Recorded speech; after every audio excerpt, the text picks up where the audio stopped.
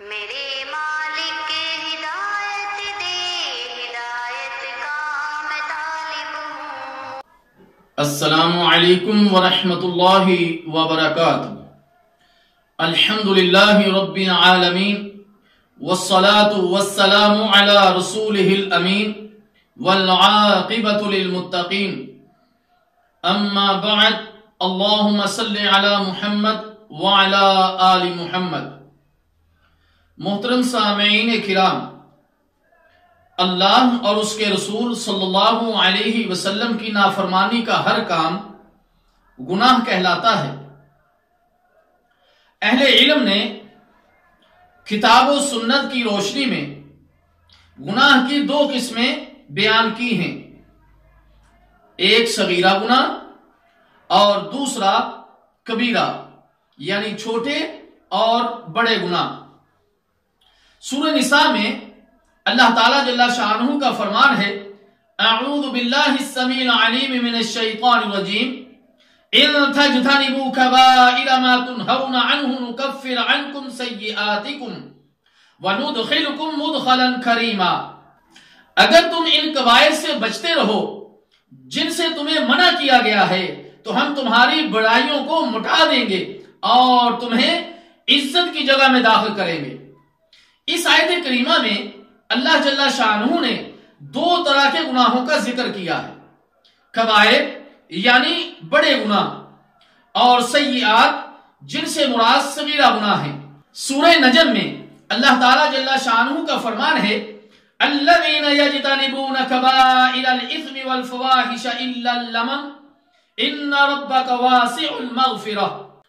نیک لوگ وہ ہیں جو بڑے گناہوں سے اور بے حیائی کے کاموں سے بچتے ہیں، مگر ان سے چھوٹے گناہ ہو جاتے ہیں، بے شک تیرا رب بڑا ہی مغفرت کرنے والا ہے۔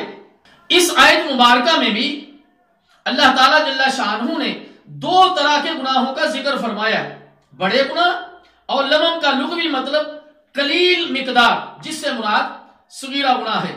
ایک حدیث شریف میں ارشاد نبوی صلی اللہ علیہ وسلم ہے کہ 5 وقت کی نمازیں، جمعے سے جمعے تک کی نمازیں اور رمضان سے رمضان تک کے روزے درمیانی وقفے کے گناہوں کا کفارہ بن جاتے ہیں، بشرطے کہ بڑے گناہوں سے بچتا رہے۔ صحیح مسلم۔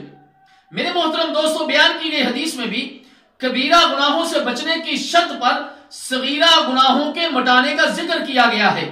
قرآن کریم کی آیت اور حدیث مبارکہ سے گناہوں کے چھوٹے اور بڑے ہونے میں تقسیم واضح ہو جاتی ہے۔ گناہوں کے کبیرہ اور صغیرہ میں تقسیم کے بعد دوسرا سوال یہ ہے کہ کبیرہ گناہ کون سے ہیں اور صغیرہ کون سے ہیں؟ اہل علم نے کبیرہ گناہوں کی فہرست میں ان گناہوں کو شمار کیا ہے جن کے بارے میں قرآن و حدیث میں واضح طور پر جہنم کی سزا بتلائی گئی ہے، یا جن کے بارے میں رسول اللہ صلی اللہ علیہ وسلم نے شدید غصے کا اظہار فرمایا، مثلا فلاں ہلاک ہوا، یا فلاں پر لعنت ہے، یا فلاں سے اللہ تعالیٰ کلام نہیں فرمائے گا، یا فلاں کو اللہ تعالیٰ پاک نہیں کرے گا، یا فلاں پر اللہ تعالیٰ جل شانہ نظر کرم نہیں فرمائے گا۔ اسی طرح ایک حدیث مبارکہ سے یہ بھی معلوم ہوتا ہے کہ بڑے گناہوں میں بھی درجات ہیں، بعض بڑے درجے کے گناہ کبیرہ ہیں اور بعض چھوٹے درجے کے گناہ کبیرہ ہیں۔ ایک بار پیارے نبی صلی اللہ علیہ وسلم نے صحابہ رضی اللہ تعالی عنہ اجمعین سے فرمایا، کیا میں تمہیں سب سے بڑے گناہ نہ بتلاؤں؟ تو صحابہ رضی اللہ تعالی عنہ اجمعین نے عرض کی، کیوں نہیں یا رسول اللہ صلی اللہ علیہ وسلم؟ آپ صلی اللہ علیہ وسلم نے فرمایا، اللہ تعالیٰ کے ساتھ شرک کرنا، والدین کی نافرمانی کرنا اور جھوٹی گواہی دینا۔ صحیح بخاری۔ اس کا مطلب یہ ہے کہ کبیرہ گناہ جس درجے کا بڑا ہوگا عذاب بھی اتنا سخت ہوگا، اور کبیرہ گناہ جس درجے کا کم ہوگا اس کا عذاب بھی اس درجے کم ہوگا۔ اسی طرح میرے محترم دوستو، یہ بھی یاد رہے کہ صغیرہ گناہ کو معمولی سمجھ کر اس پر مسلسل عمل کرتے رہنا بھی صغیرہ کو کبیرہ بنا دیتا ہے۔ تکبر کی وجہ سے صغیرہ گناہ پر عمل کرنا بھی صغیرہ کو کبیرہ کر دیتا ہے۔ رسول اللہ صلی اللہ علیہ وسلم نے ایک آدمی کو بائیں ہاتھ کے ساتھ کھاتے ہوئے وہ دیکھا تو فرمایا کہ دائیں ہاتھ سے کھا اس آدمی نے تکبر کی وجہ سے کہا میں دائیں ہاتھ سے نہیں کھا سکتا، اللہ تعالیٰ جل شانہ نے اس کا دایاں ہاتھ مفلوج کر دیا۔ صحیح مسلم۔ میرے محترم دوستو، بعض اوقات آدمی کی نیت صغیرہ گناہ کو بھی کبیرہ بنا دیتی ہے۔ مثلا 3 آدمی ایک جگہ بیٹھے ہوئے ہیں اور ان میں سے 2 آدمی آپس میں سرگوشی کریں تو یہ صغیرہ گناہ ہے، لیکن اگر ان کی سرگوشی اور اس کی نیت یہ ہو کہ وہ تیسرے آدمی کو رنج اور تکلیف پہنچانا چاہتے ہیں تو یہی صغیرہ گناہ ان کا کبیرہ بن جاتا ہے۔ بعض اوقات صغیرہ گناہ کا نتیجہ اسے کبیرہ گناہ بنا دیتا ہے۔ مثلا کسی عورت کا غیر محرم مرد کے ساتھ دلکش اور لچدار آواز سے گفتگو صغیرہ گناہ ہے، لیکن اگر یہ گفتگو ناجائز تعلقات پر مبنی ہو تو پھر یہی صغیرہ کبیرہ گناہ بن جاتا ہے۔ میرے محترم دوستو، یہ بات تو واضح ہے کہ گناہ کبیرہ کے مرتکب پر جہنم واجب ہو جاتی ہے۔ بعض کبیرہ کی شدت اور سنگینی کی وجہ سے رسول اللہ صلی اللہ علیہ وسلم نے ان کی الگ الگ سزاؤں کا بھی ذکر کیا ہے۔ مثلا نماز عشاء ترک کرنے والوں کا سر پتھر سے کچلا جائے گا، اور زکوٰۃ نہ ادا کرنے والوں پر ان کے گھروں پر زہریلا سانپ ڈال دیا جائے گا۔ اسی طرح روزہ چھوڑنے والوں کو الٹا لٹکا کر ان کے جبڑوں کو وہ چیرا جائے گا۔ جھوٹ بولنے والے کے جبڑے، آنکھ اور نتنے گدی تک باری باری وہ چیر دیے جائیں گے۔ غیبت کرنے والے تانبے کے ناخنوں سے اپنے چہرے کا گوشت نوچیں گے۔ شراب پینے والوں کو جہنمیوں کے جسم سے نکلنے والی پیپ پلائی جائے گی۔ زانی مردوں اور عورتوں کو ننگے بدن آگ کے تنور میں جلایا جائے گا۔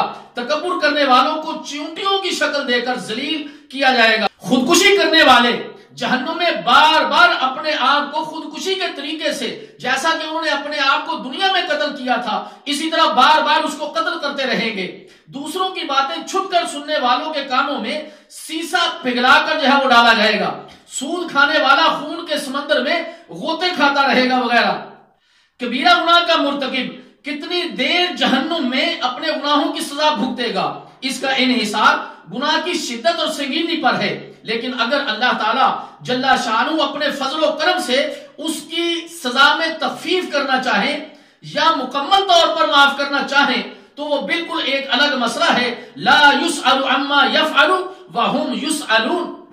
صغیرہ گناہ وہ ہیں جن سے اللہ اور اس کے رسول صلی اللہ علیہ وسلم نے منع تو فرمایا ہے، لیکن ان کی سزا بیان نہیں فرمائی یا ان کے بارے میں شدید الفاظ استعمال نہیں کیے یا اظہار ناراضگی نہیں کیا۔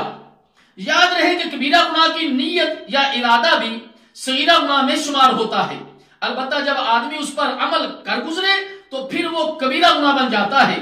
میرے محترم دوستو، ہم انشاءاللہ تعالی آنے والے دروس میں آپ احباب کے سامنے صغیرہ اور کبیرہ گناہوں کے بارے میں ذکر کریں گے۔ میں اللہ تعالیٰ جل شانہ سے دعا کرتا ہوں کہ آپ احباب ان گناہوں کے بارے میں سنیں گے کہ جو کبیرہ ہیں اور جو صغیرہ ہیں، اور ان سے بچنے کی بھرپور کوشش کریں گے، اور اپنے اہل و عیال کو اور اپنے ساتھ رہنے والوں کو بھی ان گناہوں سے بچانے کی کوشش کریں گے۔ جزاکم اللہ خیر، والسلام علیکم ورحمۃ اللہ وبرکاتہ۔